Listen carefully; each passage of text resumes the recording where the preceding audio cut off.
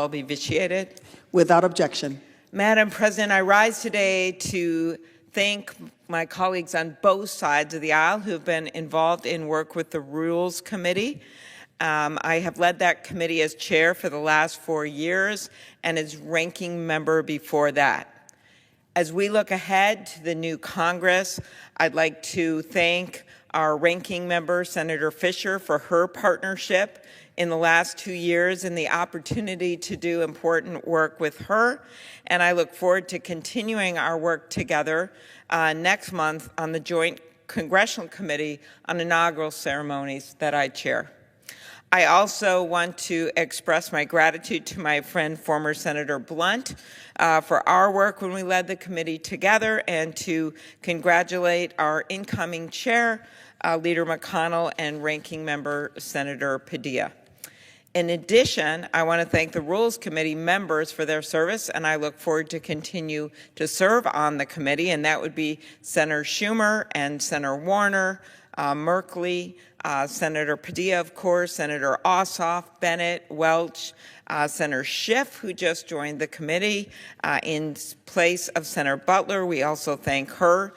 Senator McConnell, Senator Cruz, Senator Capito, Senator Wicker, Senator Hyde-Smith, Senator Haggerty, and Senator Britt, as well as the staff who have supported our work, including my staff director, who is here, Elizabeth Farah, who has been with me for a very long time as my counsel on judiciary and ledge director, has done incredible work. I also want to thank former staff directors Lizzie Peluso and Lindsay Kerr, and the other members of our Rules Committee staff, some of whom are here today, including Steve Spalding, who's done excellent work on elections, Ben Driscoll, our counsel, Kristen Mullett, Allison Hunn, Kulani Jalata, and Khalil Lee, and our clerks, Cammie Morrison and Casey Jones, as well as the staff for Senator Fisher and the nonpartisan staff as well. The Rules Committee is a little different than some of the other committees, and if we have disagreements, we have tended to work them out. As Senator Blunt used to say, the chair and ranking member of the committee are kind of like the mayors of the Capitol, kind of getting involved in many issues regarding the building itself, regarding the personnel, regarding our senators, and making sure that this place functions. And that means you don't want to have a lot of public brawls over how to fix things. We have managed to get a lot done and made a lot of changes that are really positive over the last few years. What may be our committee's lasting contribution to the Senate and the country will be on display last month when we convened to certify the results of the election in line with the significant reforms that we have made to the Electoral Count Act. Senator Blunt and I shepherded that bill through the Rules Committee and worked on the bill along with, of course, Senator Collins and Senator Manchin. We got a bipartisan vote of our committee of 14-1 to significant changes to make sure that the will of the voters prevails, and that, in fact, we don't have situations where one senator or one House member can block the electoral count, or that claims can be made that a vice president can overcome the will of the people and the like. That was an old law that needed to be changed. We changed it for generations to come.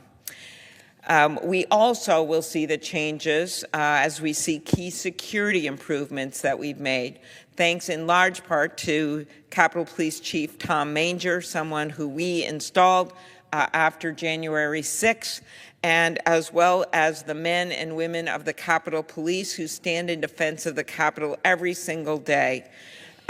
We also thank Sergeant-at-Arms General Karen Gibson for her good work. We had a final hearing of the Rules Committee last week involving Chief Manger. It was our 8th hearing on the Capitol Police, including 2 hearings that I held with the Homeland Security Committee, major joint hearings after January 6th, in which our focus was on security failures and how they had to be fixed after January 6th. We also had our first joint hearing of the Capitol Police Board with the House, with Representative Stiles, first hearing since 1945. As the chief testified at our hearing last week, the Capitol Police have made significant progress in the last 4 years. In the time that department has made necessary enhancements impacting all aspects of work, including implementing the bipartisan security report that came out of those major hearings that were televised, in which we called the former police chief of the Capitol Police, the former sergeants at arms of the House and the Senate, major leaders in the FBI and in Homeland Security to figure out what went wrong. On my mind is always the haunting voice of the officer on the police line that day that went over the police radio saying, "Does anyone have a plan? Does anyone have a plan?" The horror story of 75% of the cops not having access to riot gear, that a number of their gears were actually locked on a bus that they couldn't access, with the insurrectionists sometimes having better gear than our police officers had. Senator Blunt and I then led legislation, which has passed, to allow the Capitol Police to request immediate assistance from the National Guard in an emergency. It was like a phone tree they had to go through that led to significant delays. That legislation has passed and allowed the police chief to do that. The bipartisan security report that Senators Blunt, Peters, Portman, and I put in the wake of our hearings, those changes have been made, and 103 recommendations from the department's inspector general have been implemented, all 103 recommendations. And the way we know that is we had a hearing and half were done. Then we had another hearing and more were done. That is the accountability. That is a bipartisan job of the U.S. Senate to oversee these things and make sure they got done for the safety of our police officers, for the security of the people that work in this Capitol, and not just the members, but the court reporters and the people that are working in the cafeteria and the people that are keeping things clean around here. They need that protection. They were the ones hiding in closets.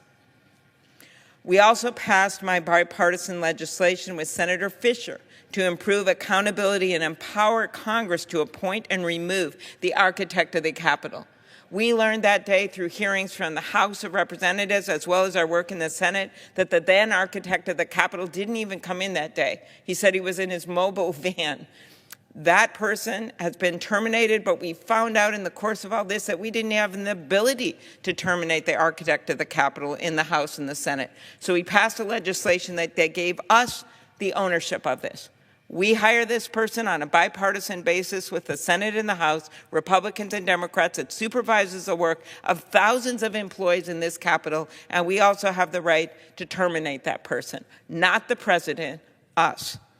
And as a result, we have our new architect of the Capitol, Tom Austin, and he was supported with unanimous bipartisan and bicameral support. And with the support of so many service members, veterans, and military families, our committee passed a resolution that paved the way. I see the presiding officer, Senator Welch, was part of this, to pass a rule that paved the way for an eventual voluntary agreement so that more than 400 military promotions would move forward after months and months of delay. I thank my Republican colleagues that stood up on this floor to get those nominations through, as well as all the Democrats, and I thank the Democrats on the committee with working with me on this resolution so that we could pass it to change the rules, and that eventually put some pressure on to get this done. During my time in the committee, thanks to our great members, we have taken on a whole host of issues. Reopening the buildings after the pandemic, reforming the outdated process of reporting and the handling of harassment claims on Capitol Hill, something I did with former Senator Blunt as well as Senators Schumer and McConnell that showed great leadership, all of them. Making closed captioning available for all Senate committee hearings. We work to ensure the people that we venerate in this Capitol more closely reflect the people of this country. It is not just about removing paintings and statues, it's about who you put up there. So when little kids come in, they see them and they think, oh, that's someone that looks like me. We passed my legislation with Senators Murkowski, Collins, and Sinema for 2 statues of 2 former trailblazing Supreme Court justices, one appointed by a Democratic president, one by a Republican, Sandra Day O'Connor and Ruth Bader Ginsburg. Once those are completed, there will be 21 women finally represented in statues in the Capitol of the 209 statutes in the Capitol, 192 are men, but okay, I'm not counting. But I change this one statute at a time.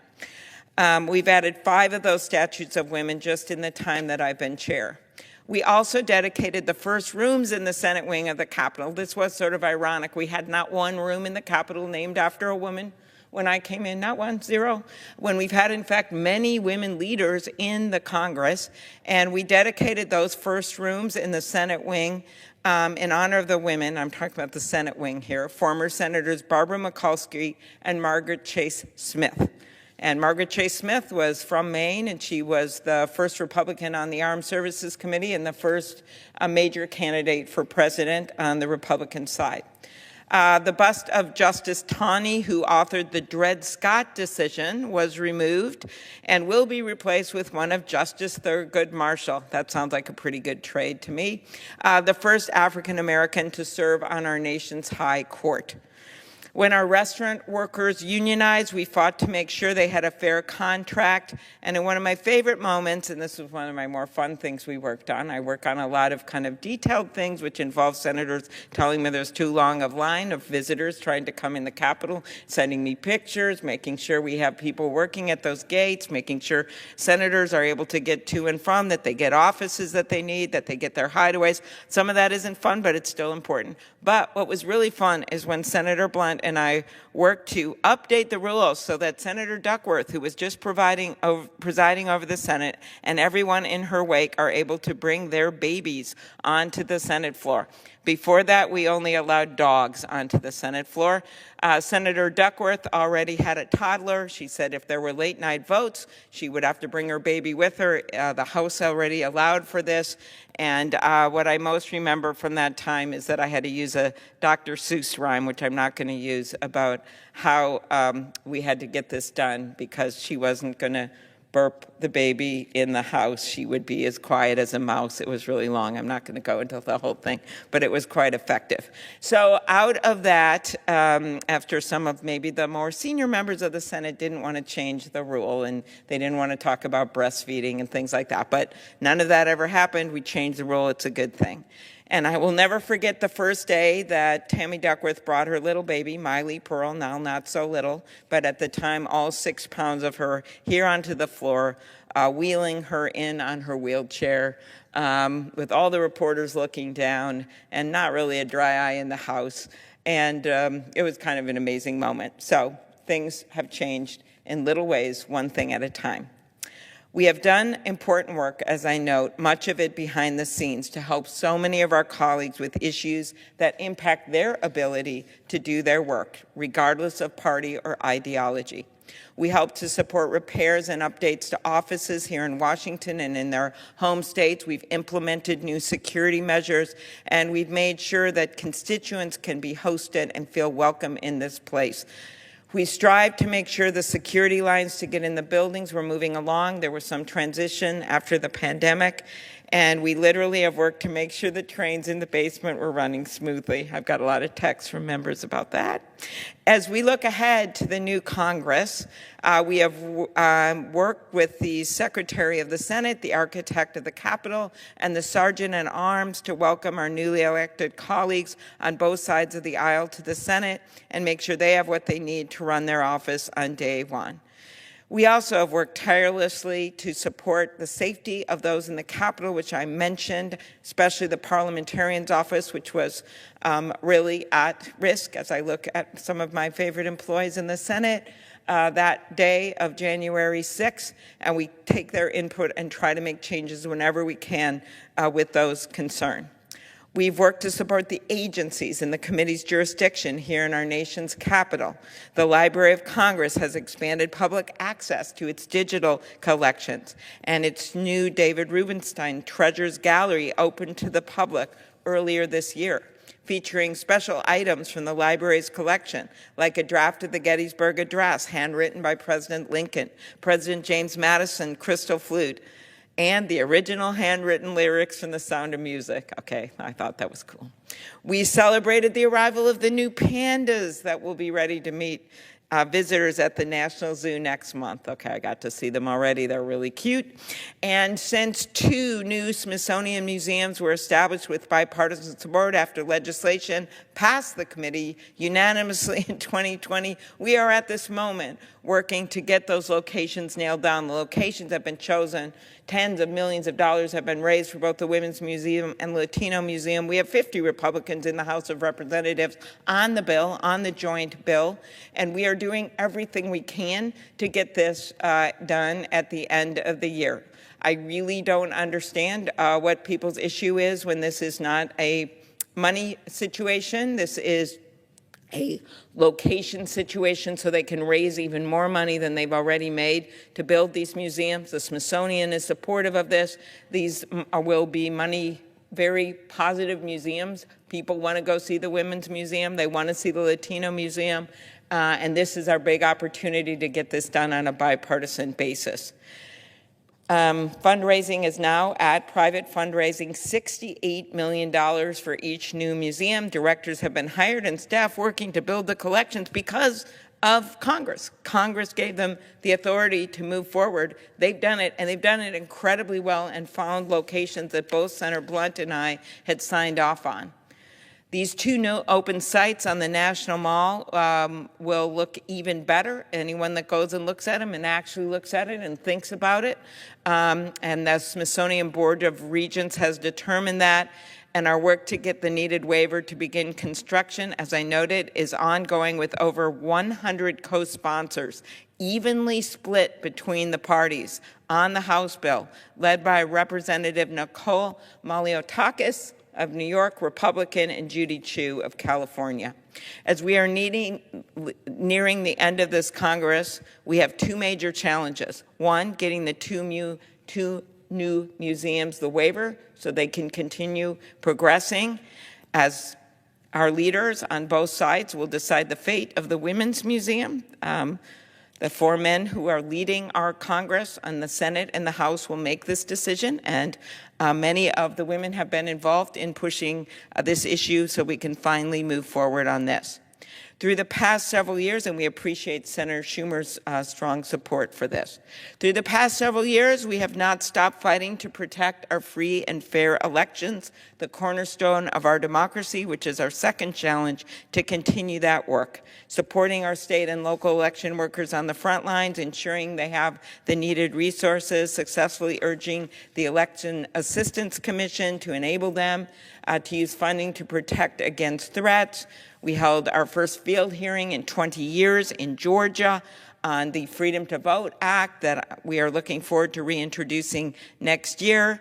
I am very focused on artificial intelligence in our elections and bipartisan work. I have one bill with Senator Murkowski, another with Senator Hawley to take this on. And in closing, I want to end my work on the Rules Committee with the story that Senator Blunt always loves to share with our colleagues. It's a story of a bust that he always had in his office called the Unknown Cleric, a statue. And it's a guy that looks very distinguished, and Senator Blunt did a bunch of research, and he could never figure out who this guy was. It was over 100 years ago. They made this beautiful statue to him, and no one can figure out who he was except that he's a cleric because of what his collar. So he calls him the Unknown Cleric. At the time, they thought this man so important. But today, as Senator Blunt likes to tell people who came in his office, whether they were senators or school kids, today no one even knows who he is. So what is the message we learn from that? That what we do here is more important than who we are. Most people aren't going to remember who we are 100 years from now, and I like to remind my colleagues of that. But they are going to remember when we do good things that help them, that help their kids, that help their grandkids. They are going to remember when they walk into that Women's Museum or that Latino Museum that someone back at this point had the foresight to think, okay, these are pretty important things in American history. Maybe we should honor them. Or maybe they're going to think sometime 100 years from now that I'm sure glad we still have our democracy, because somewhere back there they changed an old law and made sure that we reformed our election process, or that we protected our democracy, or we stood up for our democracy. Because what we do is more important than who we are. And that's why this committee, which has been run on such a strong bipartisan basis over the last decades under both Democrat and Republican leadership, has been a big part of that. I look forward to working with our incoming Rules Committee Chair, Leader McConnell, and Ranking Member Senator Padilla. I know they are both well suited to do this work. I think maybe Senator McConnell knows a little bit about the Capitol and how it's run, and I look forward to working with them. Thank you, Mr. President. I yield the floor.